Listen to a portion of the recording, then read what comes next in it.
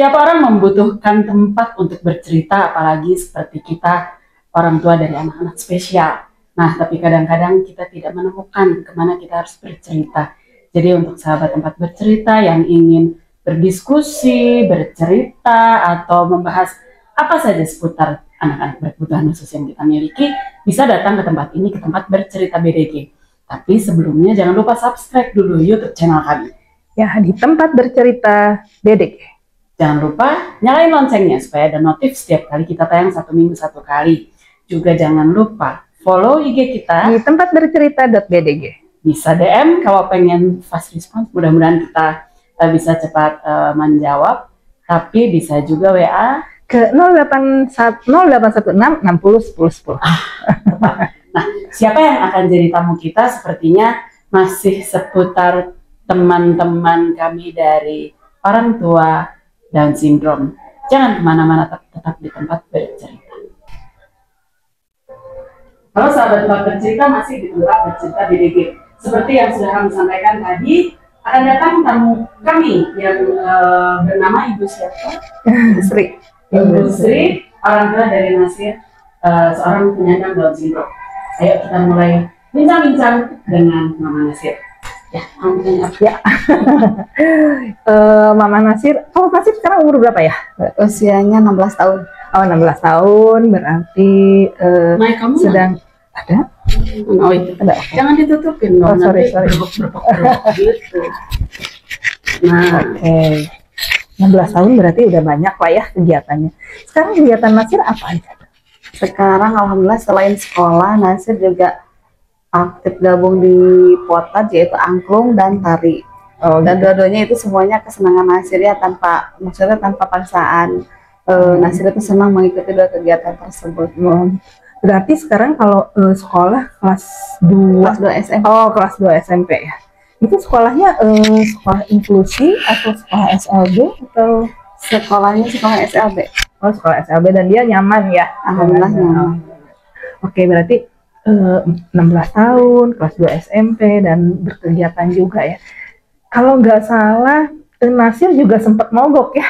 Mogok banget. Mogok banget ya. Itu mogoknya itu kenapa tuh kira-kira? Karena Nasir tuh mungkin di awalnya, dari awal lahir tuh dia sakitnya banyak. Jadi recovery sakitnya tuh lama ya. Sakit Jadi apa misalnya?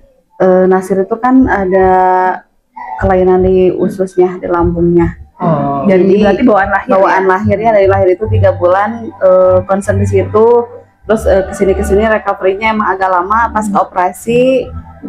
Terus kan di rumah terus, jadi otomatis sosialisasinya kurang gitu. Jadi setiap dibawa keluar takut, banyak orang takut, apalagi ada suara-suara keras takut.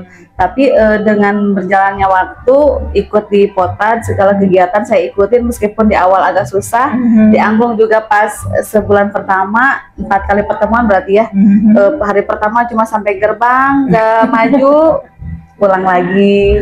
Terus minggu kedua sampai gerbang lagi, pulang lagi. Minggu berikutnya baru mau pegang angklungnya, terus baru mau gabung. Tapi insya Allah maksudnya saya bertekad karena Nasirnya saya yakin bisa gitu ya, lihat yang teman-temannya juga bisa.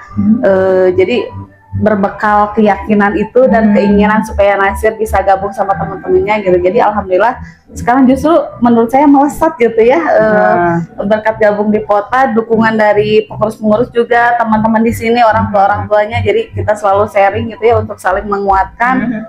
Alhamdulillah Nasirnya sekarang sudah bagus dan justru sudah nagih tampil-tampil di panggung kayak gitu. Iya. Terus udah gitu kemarin waktu periksa mata juga dia begitu dipanggil namanya Nasir, dia masuk sendiri tanpa nyari ibunya gitu kan. Itu udah jadi sudah paham instruksi, sudah paham berkomunikasi dengan baik. Ya itu kan menurut kami sih ya prestasi ya.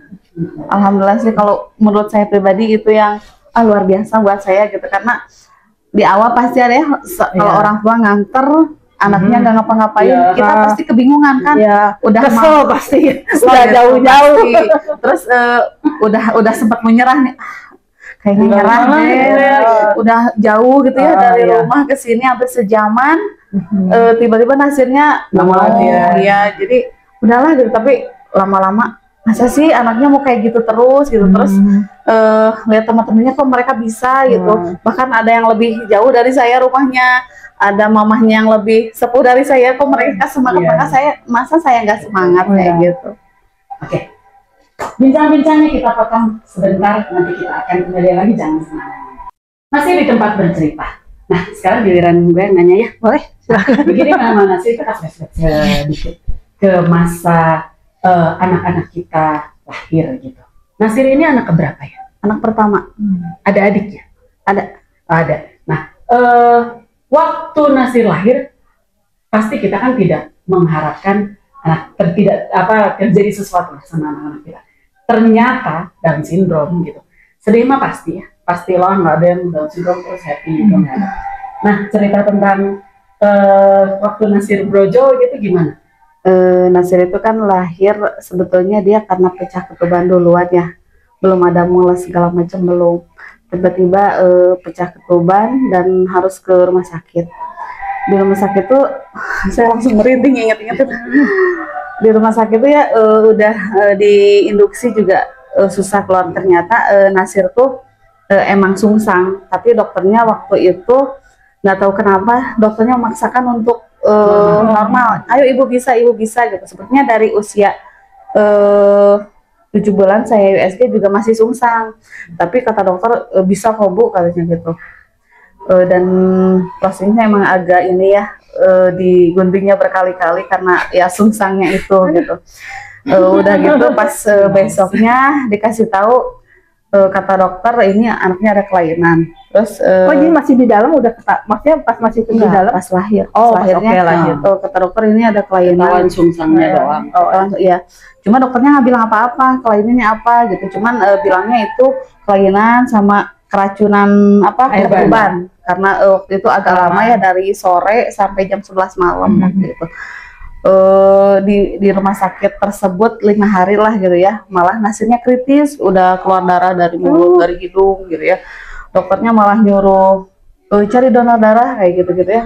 Suami saya mikir kalau kita nyari-nyari anak saya belum tentu selamat gitu ya. Nasir udah pucat segala macam, kita minta pindahlah rumah sakit yang lebih ini ya, yang lebih lengkap gitu ya alatnya. Jadi kita pindahin ke salah satu rumah sakit lagi. Alhamdulillah di situ langsung ditanganin. Di situ masih kritis Nasirnya. Dan di rumah sakit itu lumayan mahal ya waktu itu. Saya fokus biar dia stabil dulu lah kondisinya. Di situ rada mahal, setiap harinya harus deposit. Udah stabil, saya pindahlah ke rumah sakit yang lain yang di bawah itu itunya harganya. Tapi alhamdulillah lengkap rumah sakitnya. Dan di sana dokternya diagnosanya macam-macam. Pertama bocor lambung. Kata dokter harus dioperasi. Terus ditanya saya operasinya apa? Nanti kita cari-cari dulu Bu. Kalau dicari-cari kan saya mikir diubek-ubek kayak itu perutnya gitu ya. Kita nggak izinin karena dengan kondisi badan segede gitu ya, cuma 2,8 waktu itu lahirnya. Kami nggak izinkan. Diobservasi lagi bocor jantung. Tapi dokternya nggak yakin gitu. Makanya sampai usia 3 bulan barulah dokternya yakin bahwa ada sumbatan dari lambung ke usus menuju lambung ke usus gitu. Nah disitulah baru diizinkan, dan kondisi Nasir saat itu kondisi Nasir saat itu ya udah buruk. Selama 3 bulan itu di rumah sakit? Selama 3 bulan di NICU. Nasir tuh di NICU 3 bulan. Iya. Jadi nggak keluar dari rumah sakit terakhir? Enggak. Dan itu di rumah sakit swasta tanpa di cover apapun gitu ya. Selama 3 bulan. Dan Nasir tuh kan nggak boleh dikasih ASI. Belum bisa dikasih apa-apa karena ada lambungnya itu. Makanya pas usia 3 bulan saya tekadin dioperasi, nggak ada cara lain gitu katanya. Dokter juga manggil katanya kalau misalnya ini nggak dioperasi, nggak ada cara lain lagi, nggak akan bertahan hidup gitu.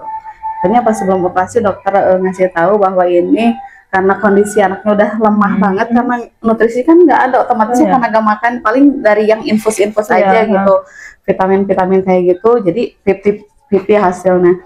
Kalau misalnya lancar operasinya insya Allah selamat, kalaupun nggak lancar ibu harus udah ikhlaskan katanya gitu. Ya udahlah, di situ mah kita hanya satu kekuatannya kita sebagai orang tua berdoa di situ sambil kita serahinlah sama dokter, terus kita sambil berdoa kayak gitu. Alhamdulillah operasinya lancar. Dari situ harus di Bandung ini teh. di Bandung di rumah sakit swasta di Bandung. Dari situ harus dirawat lagi karena recovery habis operasi. Tapi kami sekeluarga udah nggak sanggup bayar waktu itu. Iyalah 3 bulan. bulan. Dok, kita udah nggak sanggup bayar untuk di 2 minggu lagi karena udah harus berapa puluh juta lagi gitu ya, 2 minggu. Ya udah Bu, karena dokter anaknya udah kenal dari pas awal, udah tahu gimana-gimananya, mungkin ya pengeluaran saya udah berapa gitu. Jadi dokter anaknya, yuk Bu, Ibu belajar aja cara ngerawat lukanya sama suster di sini katanya gitu. Saya belajarlah cara ngerawat lukanya gitu ya. Terus selama di rumah sakit juga saya ngobrol-ngobrol sama suster-suster ya, saking lamanya 3 bulan sampai kenal tuh setelah sakit gitu. Udah pulang kata, pas di administrasi itu yang paling menyedihkan. Pas di administrasi itu ya, ternyata uang kita tuh kurang. Untuk melunasi. Untuk melunasinya di situ. Terus saya titip dulu ke suster, saya titip Nasir ya, saya karena kita harus pulang dulu gitu ya, cari kekurangan tambahan dulu uangnya. Saya titip dulu ke salah satu suster yang udah deket banget di sini. Kita pulang dulu, cari dulu uang sampai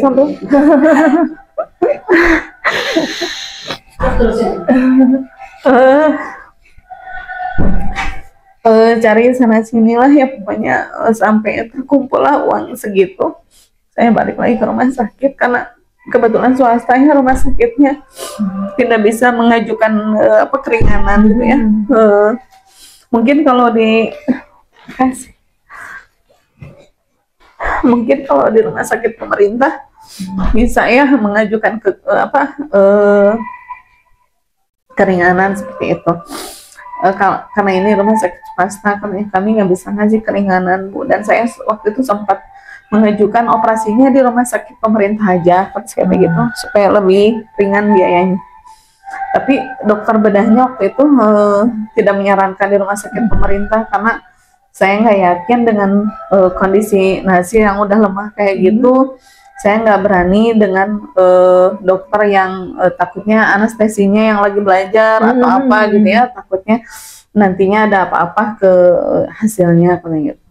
Saya pernah udah survei ke rumah sakit pemerintah gitu ya, biayanya, ruangannya segala macamnya, tapi dokternya nggak menyarankan. Daripada di rumah sakit pemerintah lebih baik di sini saja. Honor buat sayanya dikurangin aja. Terus honor buat yang dokter anak ditiadakan. Mereka sampai kayak gitu ya, itu benar-benar mujizat dari Allah gitu ya. Jadi kita nggak dapat bantuan dari rumah sakitnya, tapi dokternya seperti itu. Alhamdulillah ada yang sampai jangan dibayar deh. Yang saya kalau dokter kan meskipun dokter anak yang biasa di ruang operasi beda lagi kan honornya.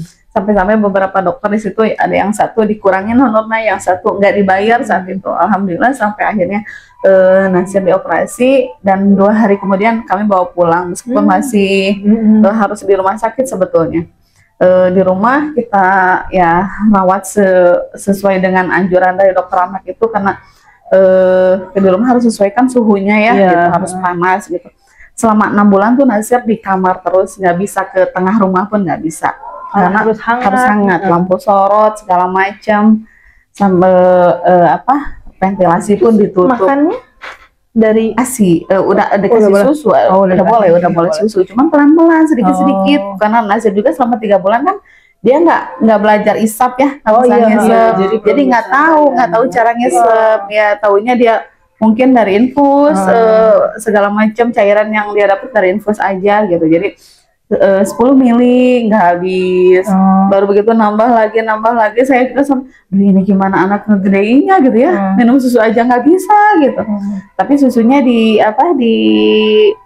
dikasih tahu sama dokter susunya khusus gitu ya waktu itu, yang bisa langsung nambah berat badan, yang nggak harus ngebebanin pencernaannya waktu itu. Jadi alhamdulillah setiap bulan nambahnya 1 kilo, blek gendut. Alhamdulillah waktu itu kayak gitu. Kita potong dulu sebentar. Jangan kemana-mana di tempat bercerita. Masih dengan Ibu Sri, mamanya Nasir di tempat bercerita. Saya kalau dengar yang anak dioperasi gitu, saya juga ingat abang ya, abang umur 5 bulan operasi jantung. Mana bekas operasinya? Oh, jadi ya namanya anak di rumah sakit, nah ya, aduh rasanya teh nggak puguh, makan nggak bisa gitu ya. Oh, jadi dengan yang panjang ya kita berbulan-bulan. Iya, biasanya kalau di rumah sakit kan 5 hari gitu kan. Tapi berbulan-bulan nggak beres-beres nih roller coaster. Apa ya, it was very long path gitu. Kita nggak tahu ujungnya di mana gitu kan. Ya mental, ya pikiran, ya biaya kan gitu mah. Pastinya zaman itu belum ada BPJS. Belum. Jadi benar-benar. Nah, setelah itu Mama Nasir, setelah proses operasi itu beres gitu, lalu apa yang dilakukan? Mulai terapi kah atau bagaimana? Saya kan waktu itu Nasir masih harus kontrol ya ke dokter anaknya. Dokter anaknya bilang nggak usah ke rumah sakit, ke sini aja. Alhamdulillah baik banget dokternya, sampai ngeakiin gitu ya, kalau ke Nasir ini sama aki gitu. Sampai bilangnya aki gitu. Kontrolnya ke situ aja, ke dokter anak itu. Saya tanya, dok ini harus terapi apa? Kata saya tidak, karena dokter itu yang pertama ngasih tahu bahwa Nasir tuh Down syndrome. Gitu. Jadi setelah proses operasi selesai? Enggak, pas pindah ke rumah sakit langsung diceramahin. Diceramahin lah sama dokter. Ibu ini anak ini kadar Allah kayak gini-gini. Ibu harus terima, ini rezeki dari Allah kayak gitu. Ya saya di situ sebetulnya kaget ya. Down syndrome, karena saya udah pernah lihat gitu ya Down syndrome seperti itu mukanya gitu maksudnya. Tapi saya nggak fokus ke Down syndrome-nya. Karena kesakitnya itu dia udah keluar darah, udah pucat gitu. Jadi yang saya pikirin cuma satu, pengen dia sehat dan selamat, itu aja gitu. Nanti aja lah gitu ya, itu mau biarin. Jadi kalau mau sedih belum sempat sedih karena ada yang lain gitu. Jadi bingungnya, karena bingung dia pengen sehat sama selamat dulu, karena dokter bilang ini udah kritis nih. Nah, denger itu kan ibu mana sih yang kaget, udah sama anak pertama gitu ya. Udah kita bayangin punya anak seperti apa gitu ya, terus ini udah Down syndrome-nya, terus sakitnya itu yang bikin kita khawatir gitu ya. Kata dokter, Bu, saya tahu ibu udah nggak punya uang katanya. Ibu udah nggak punya uang buat terapi, karena terapi waktu itu juga nggak ada yang di daftar gitu. Udah Bu, katanya teh, ibu ngobrol aja sama di sini ada suster yang suka terapi. Ibu sering ngobrol aja tuh, nggak bayar itu, karena saya ngomong sama suster itu biar cerita-cerita sama ibu katanya gitu. Selalu dikasih jalan gitu, alhamdulillah gitu. Jadi saya nggak terapi, saya banyak belajar otodidak, terus saya juga terapi sendiri gitu. Terapi sendiri di rumah. Untuk motorik, untuk segala macam. Dan di Hermina waktu itu pernah pas Nasir sakit, saya ketemu sama Bu Mira. Di Hermina. Tahun berapa itu? Tahun berapa ya? Saya ketemu Nasir masih kecil sih, sama-sama masih kecil ya. Usia 5 tahun lah, 5 tahun. Cuma ketemu sama Bu Mira itu Nasir sekitar usia 3 tahun atau 4 tahunan lah gitu. Sama-sama ketemu di salah satu rumah sakit itu. Bu Mira nanya udah gabung di Potats belum gitu. Jadi sebelum ketemu Bu Mira belum tahu belum. Jadi yang pertama saya ketemu di Potats tuh Bu Mira gitu. Pas gitu ngobrol-ngobrol segala macem gitu ya, gabunglah di Potats gitu ya. Saya cari-cari Facebooknya papanya gitu, yang saya cari tahu aja. Dan setiap kegiatan apapun di Potats, seminar apapun saya ikutin, dimanapun tempatnya saya ikutin pokoknya gitu. Dulu kita pernah ke sana juga ya, ke rumah kita apa sih, ke Posyandu ya, ke Posyandu, ke rumah dia ke Ciwaruga. Pernah aku nggak ikut. Sama Vika kalau nggak salah ya. Vika sama Mama Nabila tuh. Oh, Marosti ya. Aku ikut yang di rumah sakit. Apa sih yang? Ya, karena kenapa saya waktu itu minta yang dari sini ke sana ya? Karena meskipun Ciwaruga udah perbatasan sama Kota Bandung, tapi di sana masih tabu gitu ya anak-anak disabilitas tuh, jadi mereka kayak masih siapa melihatnya kayak gimana gitu. Makanya saya pengen ada yang sosialisasi ke sana gitu. Makanya saya minta tolong Bu Mira lah ke sana gitu ya. Biar maksudnya mereka juga penerimaannya bagus gitu. Mereka juga paham bahwa ada loh di sekeliling kita tuh anak-anak spesial gitu. Harus harus disamakan sama yang lain, jangan sampai dipandang sebelah mata kayak gitu. Memangnya Nasir pernah mendapatkan perlakuan gak enak? Sering. Di lingkungan rumah? Dari lingkungan keluarga juga pernah, di tetangga juga pernah. Bahkan waktu itu di salah satu rumah sakit itu pas sebelum saya pindah bilangnya, sok aja pindah katanya teh, itu mah nggak bakalan sembuh. Gitu yang paling gimana gitu ya. Tapi ya sudahlah, namanya kita orang tua ya harus ikhtiar gitu ya. Makanya sekarang bukannya saya pengen menyombongkan gitu ya, pengen memperlihatkan ke dunia gitu bahwa mereka tuh bisa, mereka tuh juga kalau kitanya semangat, mereka juga semangat gitu. Kalau kita betul-betul merawatnya, mereka bisa sehat gitu, bisa berkegiatan sama seperti yang lainnya. Dan dari situ saya stimulasi di rumah. Untuk bicaranya juga saya beli CD ya, zaman itu masih CD ya. Saya beli semua nyanyian anak-anak. Jadi saya tiap hari tuh nyanyi. Terus kalau misalnya berkegiatan juga saya ngomong dulu. Misalnya ke anak tuh ya, ibu sekarang mau masak dulu ya, mau apa dulu, saya selalu ngomong gitu. Mau sholat dulu saya disimpan di situ. Mau masak selalu diajak ngomong. Sekalipun itu hal-hal kecil, tapi sambil diliatin gitu ya, cara kita ngomong, artikulasi kita harus jelas ke anak, jangan sampai kita dilucu-lucuin lah kalau misalnya ngomong gitu ya.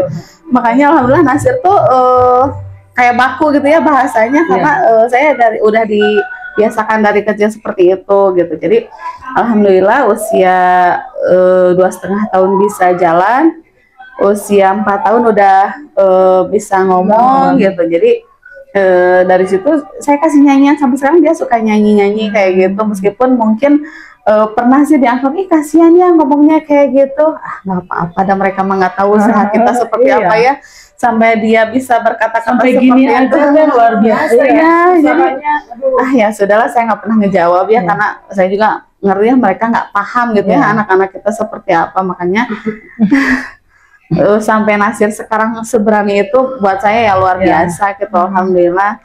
Bahkan sekarang tuh udah bisa bilang alhamdulillah gitu punya Nasir. Kalau dulu sampai usia 5 tahun tuh hampir nangis setiap hari, mungkin ya menyalahkan makan apa ya gitu, terus pernah jatuh di mana ya, terus dosa apa ya sampai punya anak seperti ini gitu. Sempat nyalahin diri sendiri lah kayak gitu. Cuman kalau sekarang semakin kesini justru ya Allah ini berkah yang luar biasa. Sekarang berarti sudah menikmati ya. Alhamdulillah. Tinggal senangnya. Nah betul, alhamdulillah, tinggal ditambah lagi kesabarannya mungkin ya. Karena semakin kesini pastinya ada lagi ya. Iya, PR-nya baru lagi. Tapi berkah tuh Nasir. Jadi saya lebih simpati ke yang lain, dan sekarang malah saya ngasuh anak disabilitas juga di sana. Ini aktif juga kan di membantu suami ya? Iya. Jadi suaminya kan bupati ya? Bukan. Apa namanya? Desa Lurah. Suaminya. Udah itu kan ada, maksudnya nggak kepegang lah ya, masalah disabilitas di daerahnya gitu, ada apa? Jadi jadi punya perkumpulan di sana. Jadi aktif.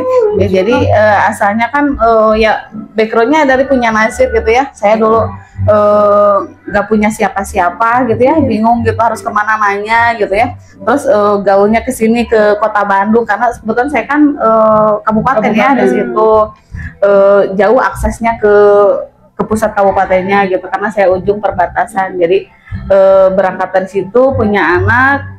Pokoknya kalau suami saya diamanahin jabatan itu, saya yang pertama akan dibentuk ya kayak perkumpulan anak disabilitas lah gitu. Banyak yang ikutan itu. Awalnya susah. Saya sampai datangin ke rumah. Karena disumputkan. Iya, itu banyak yang diumpetin. Jadi saya tuh awalnya karena keliling ikut suami kampanye. Kalau itu kan ada kampanye ya. ikut suami kampanye, ketemu anak Down syndrome, sekolah nggak, terapi nggak gitu, cuma di rumah aja. Ya Allah, mudah-mudahan saya ini gitu ya bisa Kalau gitu. kepilih mah ya. Iya, saya itu niatnya yang pertama itu kata saya teh. Dan alhamdulillah benar-benar pertama suami ngejabat langsung ngebentuk itu saya teh gitu.